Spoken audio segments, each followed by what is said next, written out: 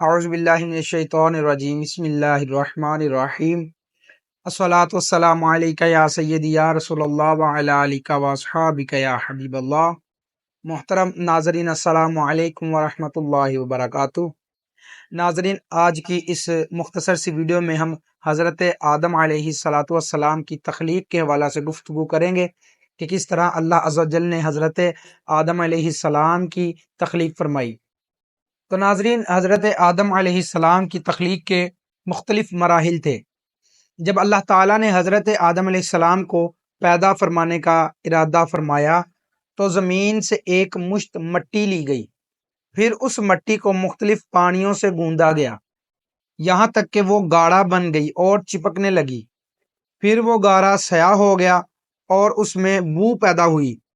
پھر اس سیاہ رنگ اور بو والی مٹی سے انسان کی صورت بنائی گئی۔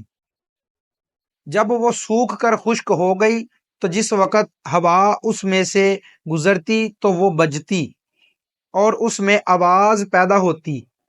تخلیق آدم کے یہ مراحل قرآن کریم میں مختلف مقامات پر بیان کیے گئے ہیں۔ چنانچہ ایک مقام پر اللہ عز و جل ارشاد فرماتا ہے، ان مثل عیسیٰ عند اللہ کمثل آدم خلقہ من تراب ثم قال له کن فیکون۔ ترجمہ کہ بے شک عیسیٰ کی مثال اللہ کے نزدیک آدم کی طرح ہے، جسے اللہ نے مٹی سے بنایا، پھر اسے فرمایا ہو جا تو وہ فوراً ہو گیا۔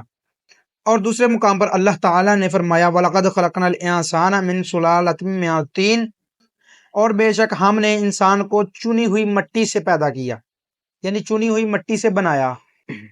اور فرمایا الذی احسن کل شیء خلقہ وبدأ خلق الانسان من طین، وہ جس نے جو چیز بنائی خوب بنائی اور انسان کی پیدائش کی ابتدا مٹی سے فرمائی۔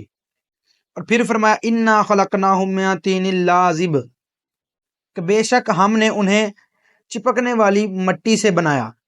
پھر فرمایا وَلَقَدْ خَلَقْنَا الْإِنسَانَ مِنْ صَلْصَالٍ مِّنْ حَمَإٍ مَّسْنُونٍ، اور بے شک ہم نے انسان کو خشک بجتی ہوئی مٹی سے بنایا جو ایسے سیاہ گارے کی تھی جس سے بو آتی تھی۔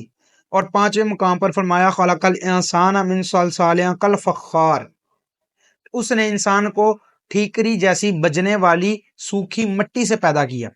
اور اس کے علاوہ بھی اللہ تعالیٰ نے قرآن پاک کی مختلف صورتوں میں سورہ انعام کی آیت نمبر 2، سورہ اعراف کی آیات 11 اور 199 189 میں، اور سورہ حج کی آیت نمبر 5، سورہ روم کی آیت نمبر 2، سورہ سجدہ کی آیت نمبر 7، سورہ فاطر کی آیت نمبر 11، سورہ صافات آیت نمبر 11 اور سورہ مومن کی آیت نمبر 67 میں بھی حضرت آدم علیہ السلام کی تخلیق کا مختصر سا تذکرہ کیا گیا۔ نیز احادیث و روایات اور اقوال علماء میں بھی حضرت آدم علیہ السلام کی تخلیق اور اس کے بعد کے احوال کا ذکر موجود ہے۔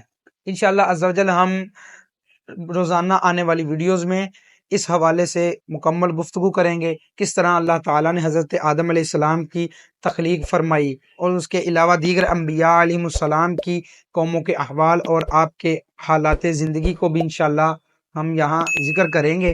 اللہ عز و جل ہمارا پڑھنا سننا اپنی پاک بلند بارگاہ میں قبول و منظور فرمائے۔ السلام علیکم ورحمۃ اللہ وبرکاتہ۔